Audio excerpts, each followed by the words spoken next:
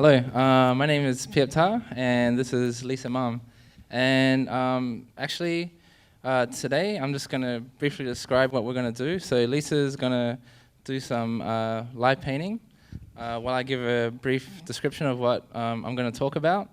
And then we're going to swap, and Lisa will talk about her ideas, and I'll paint, and we'll keep it going like that until we finish.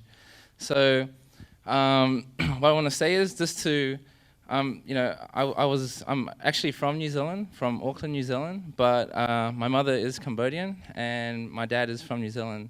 And I need to kind of tell you all about what I do, so I can sort of give you people an idea of what we're trying to do here in Cambodia, and just inspire people. So basically, in my youth, I did a lot of graffiti art, and I did that for quite a while, but I didn't take it serious, and until later on when I actually started to make money from it. I started to be put in art shows. I started to have a career from this, and over time, when I was doing this, I started, because I being raised in New Zealand and Australia and all around the place, I didn't really have that connection to Cambodia. I was always like this half Cambodian person that people didn't know where Cambodia was half the time, or they thought I was half Colombian, because they didn't know Cambodia. So,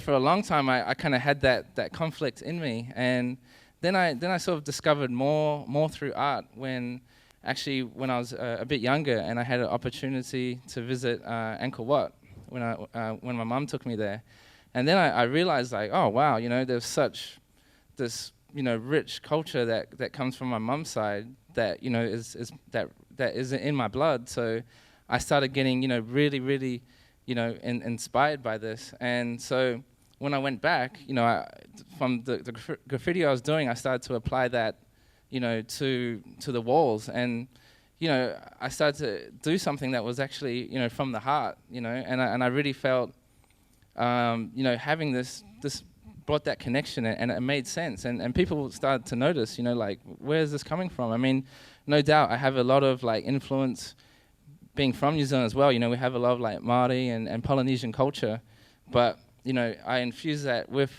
my own cultural heritage as well, being the Cambodian from my mum's side. And so, I mean, over time doing this, I mean, it eventually led me back to Cambodia. And when I came here, originally I didn't plan on staying.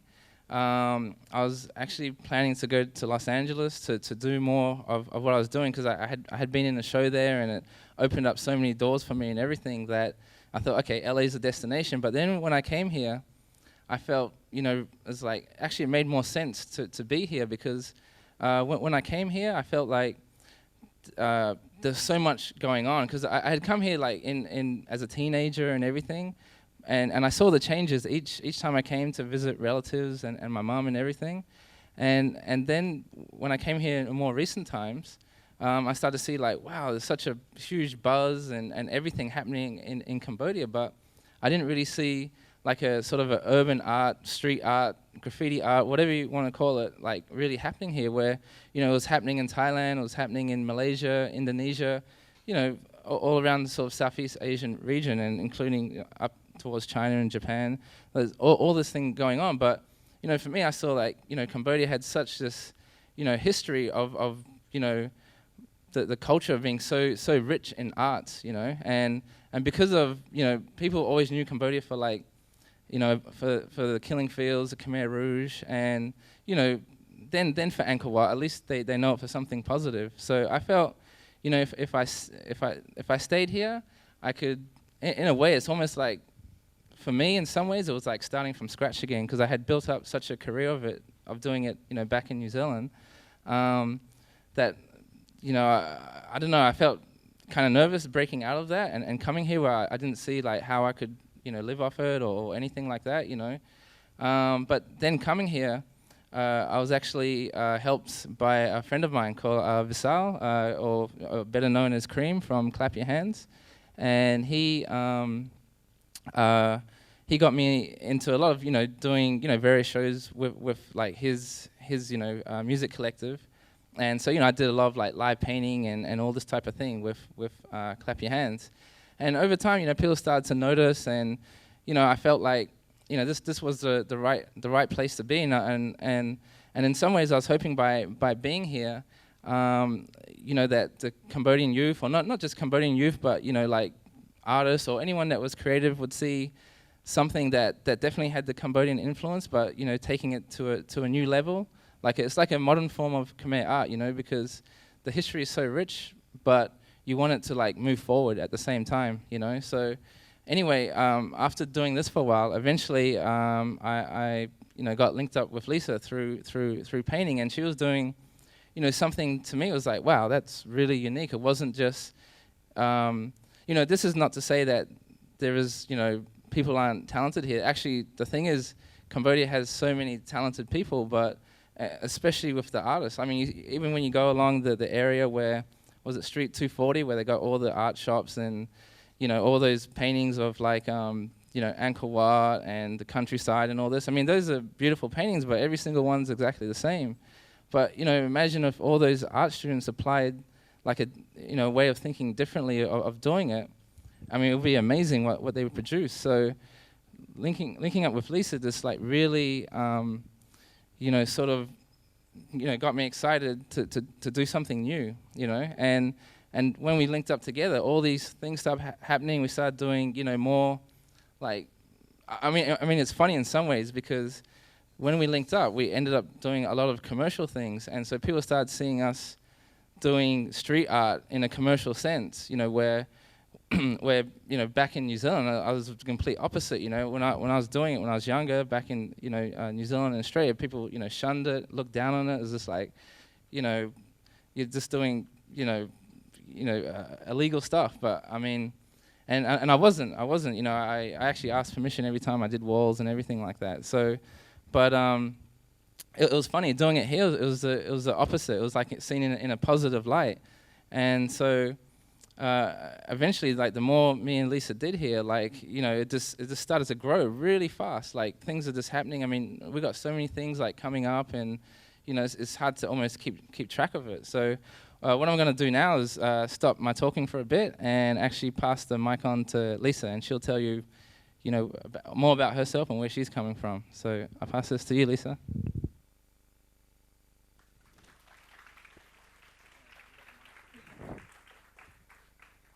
Hello everyone, my name is Lisa Mom. I'm 22. I was born and raised in Cambodia, and nowadays I study to be a dentist, but at the same time I'm also a street artist. For so many reasons that I was inspired to be a street artist. Basically, I was growing up like with sketching, drawing, and painting all the time when I was young, since like I was 6 years old, because I have a natural talent from my parents.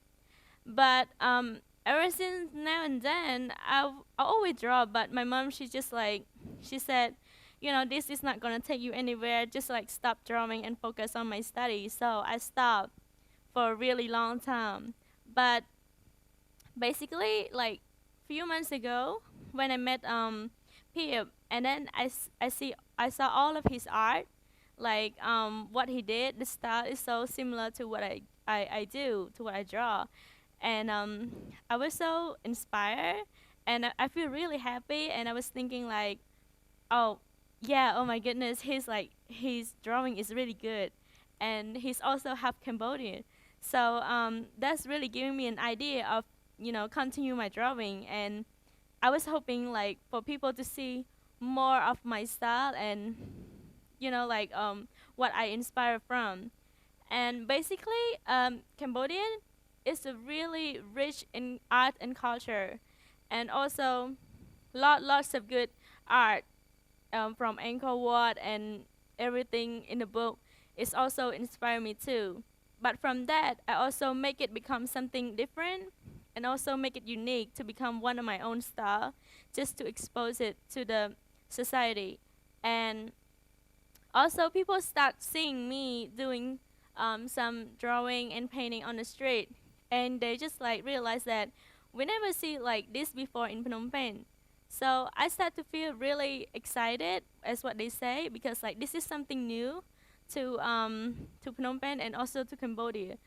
And also, might be something new to all of the young people in Cambodia too.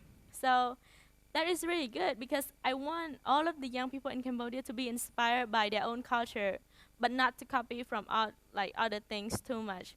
And it's really good when you have your own like identity and you inspired by your own culture, because like that can make people realize that where you came from and what you're doing at the moment.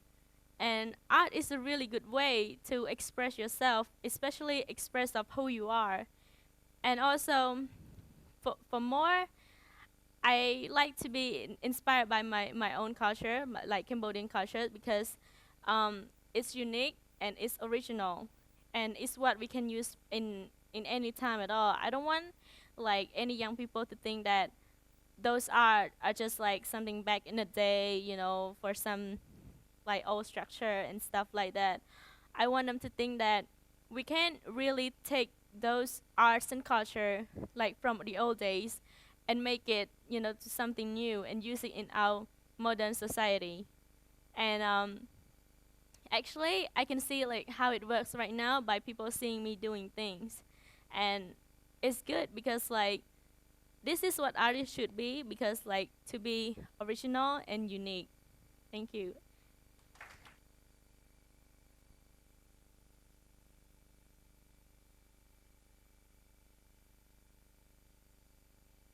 Yeah, just to continue on from what Lisa was saying, I mean, at the same time, you know, we're also, you know, trying to create like definitely like a Southeast Asian style in Southeast Asia, because, I mean, with street art, graffiti art, you know, I mean, it comes from New York, and also, you know, the Europeans also did, you know, their own version, and you look at the street art that's happening in Brazil, it's totally unique. When people see it from Brazil, they're like, wow, that's Brazilian, you know? So you don't want to have this whole thing where people are just like, oh yeah, okay, that's like in an American style or something, but we want to create it. I mean, and it's not just me and Lisa. I mean, I got friends from Malaysia who are graffiti artists, and we're working together to come up with this real, you know, Southeast Asian style. You know, no doubt we're going to bring in the Cambodian element to it, but we want it to really, you know, grow here and be unique. And I mean, at the same time, I mean, we do want to provide inspiration to the youth and not just the youth, but you know, just people in general in Cambodia. And it's not just about art. It's not like, oh yeah, you got to be a street artist, a graffiti artist. It's not about that. I mean, what we're doing is, I mean, people can apply the principle of the passion and the fire we have in us to do what we do. You know, where people can like sort of how do I say it, like. You know, they can take sort of what our belief is. I mean, you can be a medical student, a law student, or you want to be a book writer or something, but you can apply that same principle of being, you know, just having the passion, you know, having the passion for your country in Cambodia, you know, to really, you know, make things grow here and, you know, to make things of true standard, true quality, and also, you know, just to be original and everything, you know, that's the real important thing, you know. And also, as well, like, you know, Cambodia was seen, Cambodia, Phnom Penh, you know, before the war, you know, was seen as, you know, the pearl of Southeast Asia. So, you know, I think all of us within this movement who are trying to create something new and fresh here, but, you know, taking from the culture, you know, we want to create that again, you know, so that Cambodia will look at, people around the world and around Southeast Asia will look at Cambodia as, once again, you know, being that pearl of Southeast Asia. And that's really where, you know, I want to finish it off and, you know, hope people can just take something from today with what we just talked about and just feel inspired by all of this. Thank you.